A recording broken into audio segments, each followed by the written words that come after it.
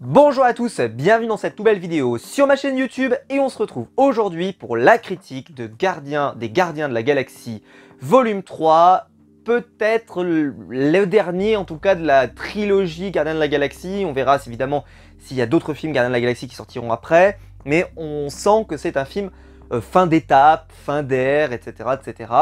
Et un film qui a, contrairement à beaucoup de films du MCU de ces derniers temps, a plutôt bonne presse. Parce que si vous regardez les films récents, que ce soit du Marvel ou du DC, à part The Batman qui a eu une sorte d'unanimité, je dirais qu'il faut qu'on remonte à Spider-Man pour avoir un peu cet effet de « Waouh, c'était vachement bien d'être allé au cinéma ». Je sais que le film Spider-Man n'est pas irréprochable, mais malgré tout, les gens qui sont allés au cinéma ne sont pas sortis déçus. En tout cas, rarement. Globalement, ils en ont eu pour leur argent parce que c'était du fanservice, et le fanservice, parfois, ça fait plaisir. Et là, tous les films qu'on a eu après, il n'y a pas eu des naufrages, évidemment, hein. Il y a eu des choses plus ou moins de qualité, ça dépend évidemment des films que vous êtes allés voir, mais globalement, c'était des films qui soit ont été oubliables, soit pas exceptionnels ou autres. Et puis aussi les séries Marvel. Les séries Marvel de ces derniers temps sont, si ce n'est des hontes absolues comme She-Hulk, ou des trucs où tu es un peu voilà, en attente que ça soit bien, et au final c'est très très oubliable. Ou les séries comme Miss Marvel, comme Moon Knight, qui étaient sympathiques, mais sans plus, etc. Et donc c'est vrai que là on a un peu eu, pendant une période, là, des films de super-héros, pas, ou films ou séries de super-héros, en tout cas le super-héros, qui n'est plus aussi attirant au box-office, en tout cas c'est ce qu'on disait, on verra si ça se confirme ou pas, mais c'est vrai qu'il y a eu plusieurs échecs, Shazam, Black Adam, blablabla. Bon. Et là arrivent les Gardiens de la Galaxie. Les Gardiens de la Galaxie, le premier Gardien de la Galaxie, c'était une masterpiece, on va pas se mentir. C'est un film qui a malheureusement aussi eu des impacts terribles, hein, parce qu'après c'est devenu beaucoup du monde dans le MCU. Et donc, voilà, par exemple, Thor a été très impliqué dans ce problème. Les Gardiens de la Galaxie 2 étaient moins réussis, mais quand même pas non plus une catastrophe. Yondu est excellent dans le film par exemple. Et on arrive donc aux Gardiens de la Galaxie 3, sur lequel on misait beaucoup. Alors dans cette première partie, je vais faire une première partie sans spoiler, et puis après vous aurez une partie avec spoiler, où je vous révélerai 2-3 éléments de l'intrigue qui sont quand même très importants, parce qu'il s'est passé pas mal de choses majeures quand même, qu'on n'aimerait pas se faire spoil si on voulait pas le savoir. Alors, déjà, qu'est-ce que j'en ai pensé? Eh ben, j'avais vu que les critiques étaient bonnes, je l'avais vu. Donc j'y suis allé en me disant, ça doit être pas mal, si ce n'est satisfaisant, mais en tout cas, ça doit pas être une purge infâme. Je m'attends pas à voir Shazam, si vous voyez ce que je veux dire.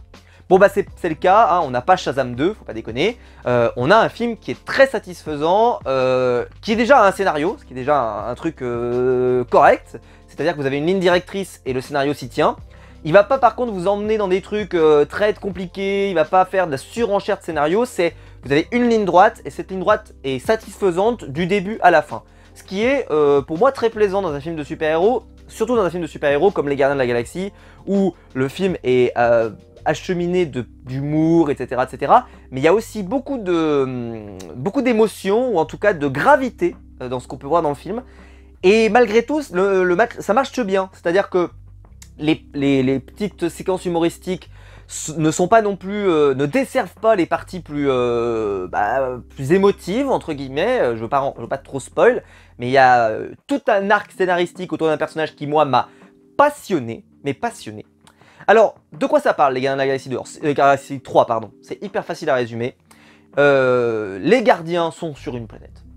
Et d'un coup, une menace vient chercher chercher Rocket Raccoon, vient le capturer. Parce que le maître de l'univers, oui, hein, mais, un peu mégalo comme nom, mais bon c'est comme ça, le maître de l'univers cherche et veut récupérer Rocket Raccoon, puisque c'est lui qui lui a fait subir pas mal de choses dont il a déjà parlé plus ou moins dans les films précédents, dont on n'avait pas vraiment de détails, et bien là on va avoir énormément de détails. Des détails très impressionnants pour ma part. J'ai même trouvé que le film, pour selon qu'on sait que les Gardiens de la Galaxie, c'est un public très jeune qui va voir ça, parce que on va pas se mentir, les deux premiers gardiens, si vous êtes un gamin, je pense que vous avez dû kiffer absolument. Là, c'est pas la même limonade, hein, c'est beaucoup plus rude, hein. Quand même, il y a de temps en temps, ça pique un peu. C'est pas, vous allez pas voir un film d'horreur, je vous rassure, hein. Si vous amenez vos enfants, vous inquiétez pas, ils finiront pas traumatisés, mais par contre, c'est plus dur. C'est-à-dire que, voilà, il y a des moments où tu fais, ah oui, quand même, ça pique un peu. Tu sais, juste ça pique, c'est pas, voilà, ça coupe pas, mais ça pique. Et, comment dire, je veux que j'allais au cinéma et que je me disais que ça allait pas être pas mal, je me suis dit c'est pas mal. Et bah c'était pas mal. Par contre, est-ce que c'est autant une masterclass que ce que j'ai pu voir sur internet, c'est-à-dire avec des miniatures dithyrambiques? Je suis assez surpris. En fait, il y a des énormes défauts au film quand même. C'est-à-dire que par exemple, un des personnages principaux de ce film, qui est un nouveau personnage, c'est Warlock. Warlock, c'est un drame. Adam Warlock, c'est un drame. Les gens devraient mais venir avec des fourches pour dire que c'est une honte de produire une merde pareille. Non mais sans déconner, le personnage, c'est une abomination. Si jamais vous aimez Adam Warlock, si vous avez lu des comics, alors là je vous le dis même parce que vous avez lu des comics, vous avez pleuré, mais si vous vouliez, vous vous êtes dit waouh c'est un super personnage, en tout cas on en a souvent entendu parler chez Marvel, etc. La catastrophe, l'accident industriel, l'acteur ne peut rien faire avec ce qu'on lui a donné, hein. C'est même pas de sa faute, même si l'acteur, moi je trouve qu'il il peut faire des choses moins bien, ça dépend. J'ai déjà vu dans des comédies avec Jennifer Aniston, des trucs comme ça, bon, il peut être satisfaisant, moins satisfaisant, mais c'est pas le meilleur acteur du monde, on va dire. Mais là, ils lui ont tellement rien donné que je peux pas lui en vouloir. Mais c'est une catastrophe. Le script ne va pas, ce qu'ils lui font faire, c'est une catastrophe. Et même la fin, on se dirait, tiens, il y a peut-être une idée un peu intéressante et que ce serait une sorte de récompense, vous voyez, pour un peu l'évolution du personnage. Ça marche pas du tout. On s'intéresse pas à lui, c'est nul, nul. Donc Adam Warlock, énorme échec, alors j'en attendais énormément. Et ensuite le méchant. Alors le méchant, moi il m'a pas particulièrement enthousiasmé. Hein. Je vais dire un crime de lèse-majesté, mais moi j'ai préféré presque paradoxalement le méchant par exemple de Thor 4. Pourtant Thor 4 a plein de défauts, il en a plein. Mais j'ai bien aimé la prestation de Kristen Bell qui dégageait quelque chose et puis son méchant dégageait quelque chose. Là globalement, alors attention, ce que réalise le méchant c'est très bien, parce que c'est génial, c'est formidable. Mais par contre, dans sa prestation à lui, il dit toujours la même chose et il se passe pas grand chose en fait. C'est-à-dire qu'ils ont donné peu de gras à ce personnage. Alors que je pense qu'il avait un potentiel énorme parce que vu ce qu'il réalise, son histoire en lui-même, elle est formidable. Hein. Mais en fait, elle est portée par le personnage de Rocket Raccoon. Et en fait, ce film, Les Gardiens de la Galaxie d'habitude, c'est Star-Lord qui porte le film, d'habitude. Parce que c'est l'humour de Star-Lord, c'est les vannes de Star-Lord. Et après, t'as les autres, tu vois, qui sont là. Drax, Gamora, machin et tout, mais qui sont là et qui font des vannes. Et c'est Star-Lord qui porte le truc. Même Rocket Raccoon, tu vois, quand il est là. Mais là, pour moi, c'est Rocket Raccoon qui porte tout le film, en étant parfois pas forcément au centre de l'action. Mais il est fabuleux, Rocket Raccoon. Il est fabuleux. Je l'ai trouvé incroyable. Aussi dans les... maintenant j'arrête les points négatifs, parce que dans les bonnes surprises, bon bah il y a Star-Lord évidemment. Rocket Raccoon est génial. Il est génial. On peut penser aussi, alors même, par exemple, comment il s'appelle, Kraglin, c'est ça, que j'espère ne pas me tromper, c'est ça, Kraglin, qui, comment dire, comment vous expliquer ça, est un peu une déception, mais forcément, on le compare à Michael Rooker, qui, voilà, était Yondu auparavant, c'est sûr que la comparaison va s'arrêter là, il fait une prestation correcte, voilà, faut pas lui jeter les cailloux, la comparaison lui fait du mal, parce que on passe voilà, pour moi, un des meilleurs acteurs qu'on voit à la télé, comme simplement, Michael Rooker, quoi. À ça, c'est vrai que ça fait mal. Ça fait un peu rude, c'est pas génial, mais ceci étant, il s'en sort pas trop mal. Je pense que, honnêtement, Nebula, c'est bien, elle s'en sort très bien. C'est un personnage que moi, j'aime pas énormément, je suis pas hyper fan de Nebula. Je la trouve sympathique, mais c'est pas, voilà. Gamora, j'étais hyper inquiet parce qu'après Endgame, on savait pas trop ce qu'ils allaient en faire. Au final, ça marche super bien ce qu'ils en ont fait dans le film. Vraiment, j'ai accroché. Groot, super. Encore une nouvelle façon d'explorer le personnage de Groot et c'était excellent. Moi, j'ai adoré. Drax, toujours au top. Drax, moi j'adore, évidemment. Il est super ce personnage. Il est là juste comme il faut. Il a souvent des bonnes répliques. Il est souvent très drôle. Malgré lui ou volontairement, mais il est souvent très drôle, ça marche hyper bien sur moi. Bon, Star-Lord, évidemment, je n'en parle pas. Mantis, peut-être un peu moins présente que d'habitude, en tout cas que l'opus précédent, mais tout ce qu'elle réalise est excellent. À chaque fois qu'elle est dans une scène, elle est vraiment très bien, donc bravo à elle. Qu'est-ce que je peux vous citer? Cosmo, excellente surprise, je savais pas ce qu'il pouvait faire avec ce chien. Eh ben, excellente surprise, c'était génial, c'était génial. Je trouve même d'ailleurs qu'il sauve un peu Kraglin qui est pas génial dans le film. Et ben voilà, la réaction entre les deux, l'interaction entre les deux est très bonne. Adam Warlock, j'en ai pas parlé, c'est une catastrophe. Enfin, j'en ai déjà parlé, c'est une catastrophe. Voilà, après je peux vous citer d'autres trucs, mais en gros, voilà, c'est ces personnages-là. Et puis je vous parle même pas de Stallone, qui est utilisé, mais à 0,1% de son potentiel. C'est absolument scandaleux. Je n'en reviens pas qu'on ait un acteur aussi doué et qu'on lui fasse faire ça. Mais bon. Et donc, le film, parle tout simplement, donc il faut capturer, enfin il y a quelqu'un qui veut capturer Rocket Raccoon, et en voulant le capturer, Rocket Raccoon est proche de la mort, et donc les gardiens essayent de lui sauver la vie. Ça c'est le concept du film. Et ça va nous amener tout le film. C'est-à-dire qu'il n'y a rien d'autre que ce que je vous ai dit là. Voilà, il n'y a pas de surprise, il n'y a pas de machin, il y a... Voilà, c'est une ligne droite, c'est l'objectif c'est de sauver Rocket Raccoon, et l'autre objectif c'est que l'autre, bah, eux ils veulent capturer Rocket Raccoon. Deux objectifs qui vont l'un contre l'autre, et ça amène un scénario qui va vite, qui est hyper dynamique, et la première réaction que je me suis fait, c'est que je me suis fait, le film dure quand même 2h30, et bah les 2h30 on les voit pas passer. Vraiment, hein, c'est hyper agréable. Alors, peut-être qu'on aurait pu gagner un peu de temps, peut-être, mais malgré tout, je me suis pas ennuyé. L'humour est présent mais pas trop, et puis bah, il est présent parce que c'est les gardiens. C'est-à-dire si vous attendez un film hyper sérieux, vous y aurez pas droit.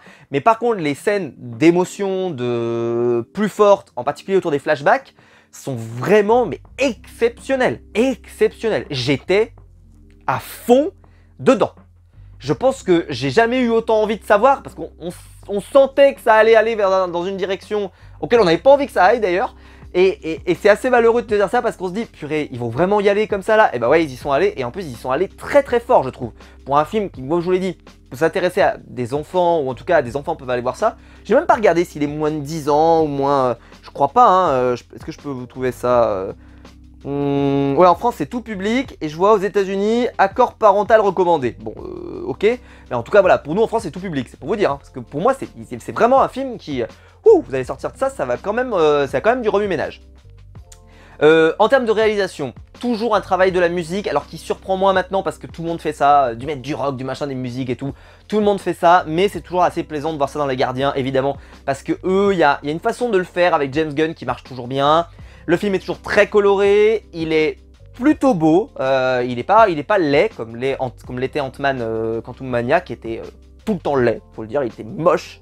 Et moche, tu te dis vraiment mais comment on peut sortir un film aussi laid?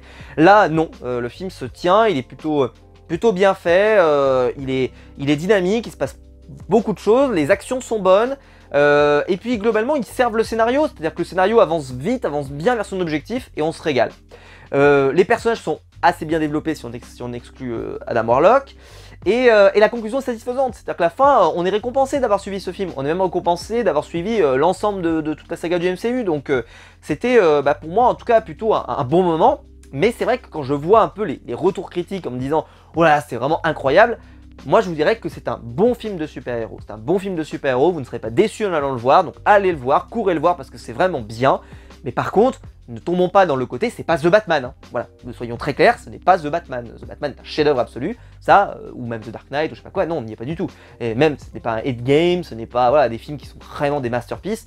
Là, on est sur un bon film, et en fait, on a eu tellement de mauvais films ces derniers temps que je pense qu'aussi, quand on a un film qui est bon, on n'arrive même plus à se dire, waouh, en fait, il paraît comme excellent. Mais c'est un peu le cas, je me souviens quand on n'a pas vu de film depuis un petit moment et qu'on retourne au cinéma par exemple pour une raison, et que là on reprend une petite claque, elle est encore plus forte que si jamais c'était un film bon, mais c'était pas aussi excellent, mais en fait vu qu'on n'a pas vu de film depuis un moment, paf, la claque. Là c'est un peu ça, voilà, c'est un peu ça. Écoutez, on va passer en partie spoiler de la vidéo parce que j'ai des choses à vous dire et je voudrais pas vous spoiler et vous gâcher le plaisir. En tout cas, si la vidéo vous a plu, vous pouvez la liker, vous pouvez vous abonner, vous pouvez la partager sur les réseaux sociaux. Bouton rejoindre ici, juste en dessous, pour devenir membre soutien et je vous en remercie. Et quant à nous, on se retrouve juste après pour la partie spoiler parce que j'ai des tas de choses à vous dire. Alors maintenant que je peux spoil, allez, on se lâche. Alors, juste, on est d'accord, les flashbacks sur Rocket Raccoon, c'est un chef-d'œuvre. Ah, c'est magnifique. C'était sublime. J'ai jamais eu autant de la haine envers un méchant. Qui, comme je vous l'ai dit, ne fait pas une prestation incroyable parce qu'en fait, je trouve pas que l'acteur est exceptionnel dans le film. Et j'aime pas trop son personnage, pas trop son rôle. Mais alors par contre, dans ce qu'on nous a raconté de son histoire, oh là là là là là là, mais quelle dinguerie. Ah mais quelle dinguerie. Quand je vous dis que c'est un film, quand il y a beaucoup d'enfants qui vont voir Les Gardiens de la Galaxie, parce qu'il y a Rocket Raccoon, Groot, machin, là vous allez prendre un choc, hein, parce que toute la partie où il torture les animaux, où il les met dans des cages et tout là, quand t'es gamin comme ça là, ça rappelle un peu, alors sans comparer ou autre, mais ça rappelle un peu des Toy Story un peu, vous voyez, où ça vient de chercher un peu sur l'émotion, tu vois. Et ben là c'était un peu ça quoi, c'était un peu, ah ouais, tu vas voir ça quand même, c'est quand même terrible, parce que là, mais il y a presque de la torture. Quand il réfléchit, les animaux ils sont dans un état là, les quatre là, et puis quand ils sont, alors ils sont flingués hors champ, c'est vrai, certes, les trois là. Mais donc il y en avait un, donc on avait découvert comment il s'était appelé Rocket. Mais bon, pour les 3 autres, mais quand ils sont morts comme ça là, mais en plus ce tir comme ça là, ça c'était violent, enfin violent, pas violent, oui, il n'y avait pas de sang, pas de machin, c'était pas du violent, mais tu te dis, c'était dur quoi, c'était dur comme film. Et parce que tu te dis, ah ouais, mais bon, les gardiens ont toujours eu ça, hein, même dans le premier Gardien de la Galaxie, quand t'as Star-Lord, ça commence le film, il y a un cancer et tout, c'est quand même terrible, hein. Mais là, ouf, tu t'accroches, ça faisait... Enfin, moi, honnêtement, j'étais tellement à fond dans leur histoire que j'espérais même qu'ils allaient survivre, alors que je savais très bien qu'ils allaient pas survivre. On s'en doutait, parce que voilà, vu que Rocket a eu une histoire très dure, qu'il en parle pas, tu te dis bien que forcément il y a un traumatisme derrière. Donc tu sais qu'ils vont canner, tu le sais. Mais même en le sachant, c'est tellement bien fait que tu as envie qu'ils survivent quoi. Et donc même si tu le sais, tu sais que tu vas dans la caravane de l'horreur, et bah malgré tout, ça m'a attrapé et j'étais à fond dedans et ça m'a dégoûté quand j'ai vu les 3 autres mourir comme ça là. Oh, c'était terrifiant. J'ai évidemment adoré tout le travail autour de Star-Lord, autour donc de Gamora, le fait que ce soit pas la bonne Gamora, etc. etc. J'ai bien aimé toute l'histoire qu'on nous a racontée. Par contre, je trouve que la conclusion de Star-Lord qui se barre au final, je trouve qu'elle arrive un peu comme un cheveu sur la soupe dans l'histoire. Bon, mais bon, c'est pas très grave. Surtout que la scène post-générique nous sous-entend que Star-Lord reviendra, donc c'est pas définitif, c'est pas un arrêt définitif. On verra bien ce que ça donne plus tard. Pour Gamora, moi j'ai beaucoup aimé son personnage. Il y a un peu le sentiment que quand même, il y a eu une belle évolution et après on revient au point de départ. C'est pas toujours satisfaisant pour le téléspectateur, mais malgré tout, pour le spectateur dans la salle en tout cas, mais c'était réussi. C'était réussi, ils ont réussi à recréer un peu cette magie alors que les personnages, donc, justement, ils n'arrivent pas à avoir cette magie entre les deux et ils essayent de la recréer et c'est plutôt bien fait. Nebula, je suis pas très fan du perso, moi je l'aime pas beaucoup. Je parle pas de l'actrice en elle-même qui n'a rien à voir avec ça, c'est juste le personnage en lui-même, je l'aime pas tellement. Et bah écoutez, elle fait un très bon travail. Drax, bon je l'ai dit, des belles punchlines, des belles vannes. Il est un peu lourd Drax, mais moi j'accroche vachement. Groot dans une nouvelle version, plus grande, donc on retrouve un peu le Groot du premier film. Et moi ça me plaît bien, surtout dans les scènes d'action, dans le deuxième pardon, avec le petit Groot, c'était un peu différent. Là on revient un peu à un Groot plus classique et c'était très bien. J'ai aimé également tout le travail autour bah, voilà, de l'enjeu. J'ai aimé aussi toute la dénonciation sociétale sur cette société parfaite que veut créer le méchant. Ça pareil, au niveau de ses enjeux, comme je le disais tout à l'heure au tout début, c'est que c'est un film qui va en ligne droite au niveau de ses enjeux. Et que globalement, il n'a pas eu le temps de vous perdre. C'est-à-dire que par exemple, quand on arrive dans cette société idéale, j'ai trouvé ça super intéressant et qu'il tue tout le monde sans aucun regret. Tout le passage où il sauve les jeunes enfants et après il sauve tous les animaux et tout, ça marchait super bien sur moi. Et puis ce côté très satisfaisant de voir le méchant se faire dégommer la gueule et par Rocket et par l'ensemble des Gardiens de la Galaxie unis pour lui faire sa fête. C'est franchement très satisfaisant, ça rappelle la bonne ambiance des Gardiens de la Galaxie numéro 1, qu'on avait peut-être un peu perdu dans le deuxième, mais que là dans le premier, en fait on retrouve cette idée-là. Comme je vous l'ai expliqué, on retrouve l'ambiance, on retrouve la musique, on retrouve ses couleurs, c'est très coloré, les créatures qu'on contrôle notamment Mantis pardon, voilà, qui sont très originales et tout, super, enfin moi j'ai beaucoup aimé. Je vais pas reparler évidemment des amis de Rocket Raccoon qui ont presque réussi à me tirer une larme à l'œil, c'est pour vous dire, tellement j'étais à fond dedans. Et tout est bien en fait, sauf, alors là, Adam Warlock. Alors Adam Warlock, l'accident industriel, hein. Adam Warlock il arrive, il frappe, il se fait dégommer, il frappe, il se fait dégommer, il frappe, il se fait dégommer, il frappe, il se fait dégommer. Vous savez quoi? Il frappe, il se fait dégommer, il frappe, il se fait dégommer, il frappe, il se fait dégommer.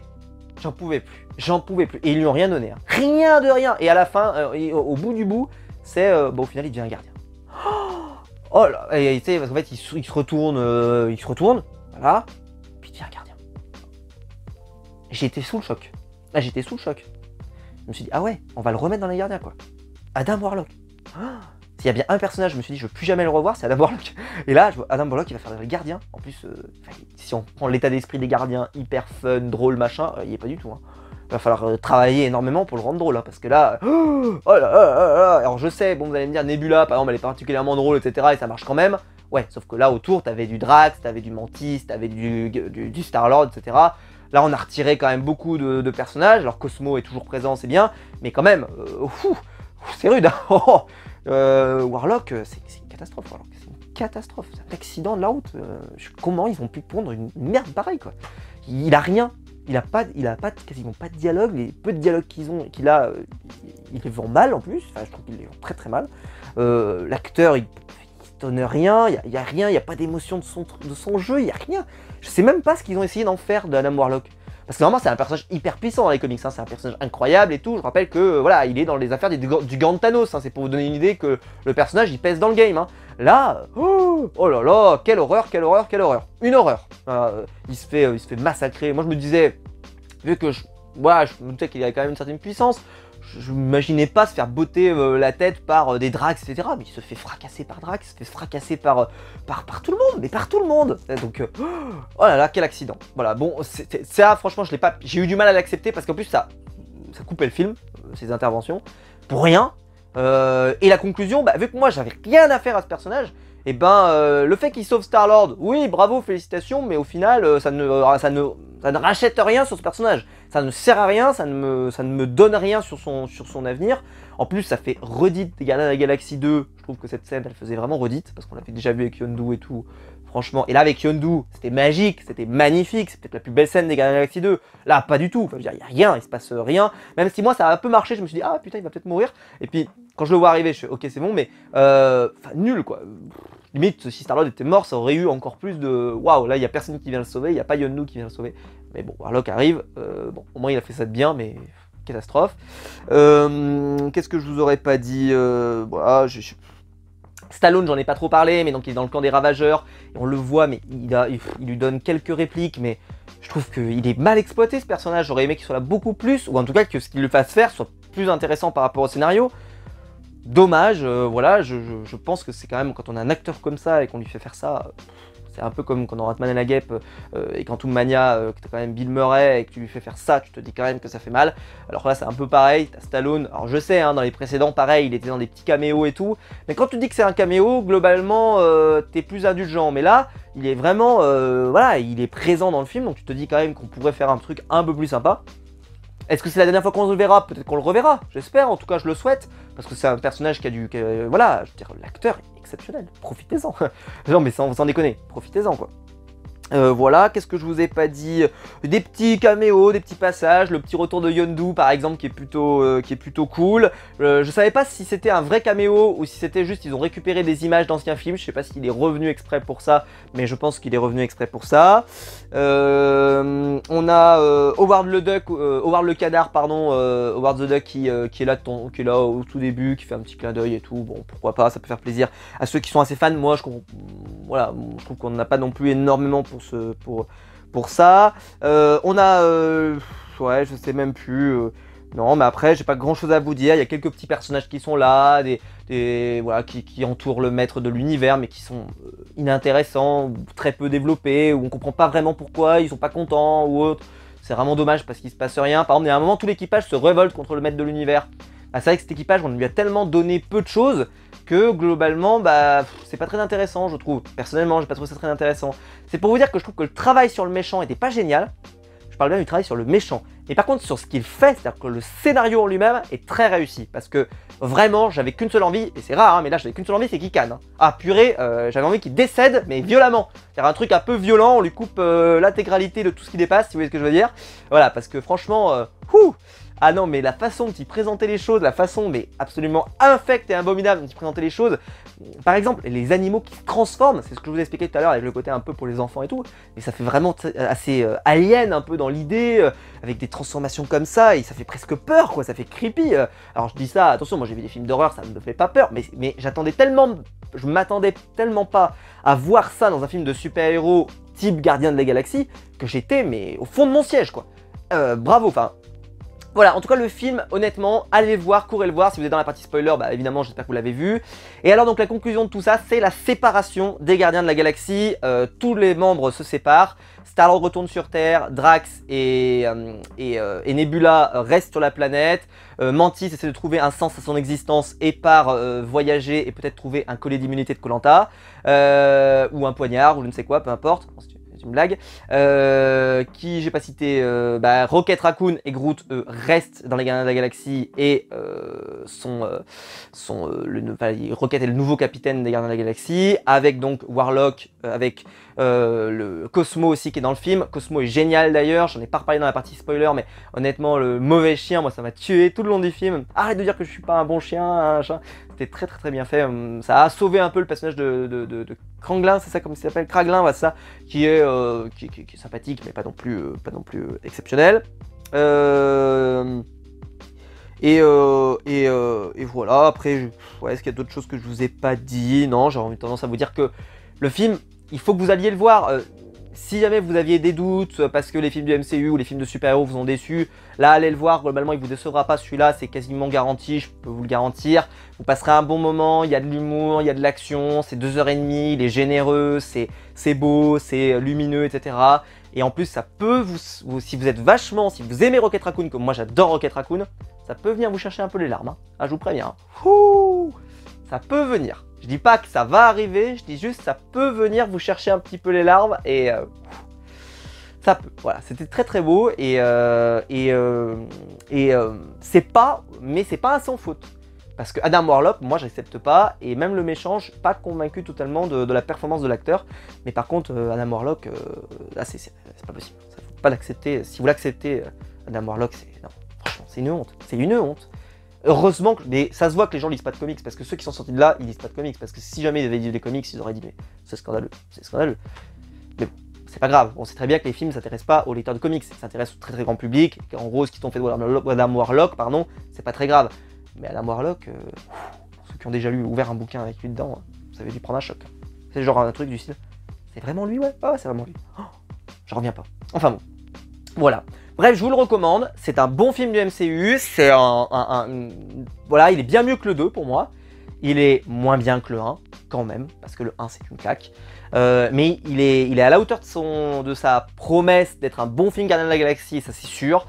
On retrouve cet esprit d'équipe, pourtant l'équipe, elle fonctionne pas super bien, Nebula est pas trop Gamora pardon voilà, elle s'insère un peu mal, Nebula on sait pas trop comment elle fonctionne, etc. Enfin bref, mais il y a toujours cet esprit d'équipe qui fonctionne malgré tout et qui marche bien et ça franchement James Gunn là-dessus il cartonne parce que c'est super bien fait pour le film Gardien. Est-ce qu'on aura un autre film Gardien après? Je ne sais pas, est-ce que ce sera après plutôt dans les séries télé, qu'on verra la suite des aventures de Rocket Raccoon, Groot, etc. On verra bien. Ça demande quand même beaucoup d'argent parce que forcément c'est beaucoup de motion capture, etc. Donc on verra bien ce que ça donne. Mais en tout cas c'est un bon film du MCU, je suis pas du tout sûr que le film The Marvels qui arrive derrière sera à la hauteur de l'événement. On verra bien ce que ça donne. Voilà. Mais là en tout cas c'est un film que voilà, je vous recommande, foncez le voir parce qu'il le mérite. Vous n'allez pas le regretter, tout simplement. J'espère que la vidéo vous aura plu, si c'est le cas vous pouvez la liker, vous pouvez vous abonner, vous pouvez la partager sur les réseaux sociaux. Il y avait bien 2 scènes post-génériques, ça je ne suis pas revenu dessus, pardon. Dans la première scène post-générique, on voit juste l'ensemble de l'équipe des Gardiens de la Galaxie se reconstituer, donc avec des nouveaux membres, donc Cosmo, Adam Warlock, etc., etc. Puis vous avez une scène post-générique avec Star-Lord qui est sur Terre avec son grand-père, etc., etc. J'ai pas grand-chose à vous dire là-dessus parce que je trouve pas que c'était hyper intéressant malheureusement. J'ai pas compris. C'est qu'en fait, ils te rajoutent un morceau, mais qu'ils ne rajoutaient absolument rien. C'était juste une scène vide. Limite, n'en mettez pas quoi. J'ai trouvé ça nul. Mais bon, écoutez. Pas très grave, on va pas juger la qualité d'un film sur une scène post-générique, même si on l'a déjà fait, notamment dans Ant-Man et la Guêpe, qui était une honte absolue, mais il y avait une scène post-générique, et on était là pour la scène post-générique, et on s'est tapé 2 heures de massacre pour arriver à une scène post-générique de 20 secondes, dans lequel ça valait le coup de s'installer dans une salle de cinéma. Non, ça valait toujours pas le coup de s'installer dans une salle de cinéma, c'était absolument improbable. Enfin bref, j'espère que la vidéo vous aura plu, on se retrouve très vite pour de nouvelles vidéos sur ma chaîne YouTube. Ciao!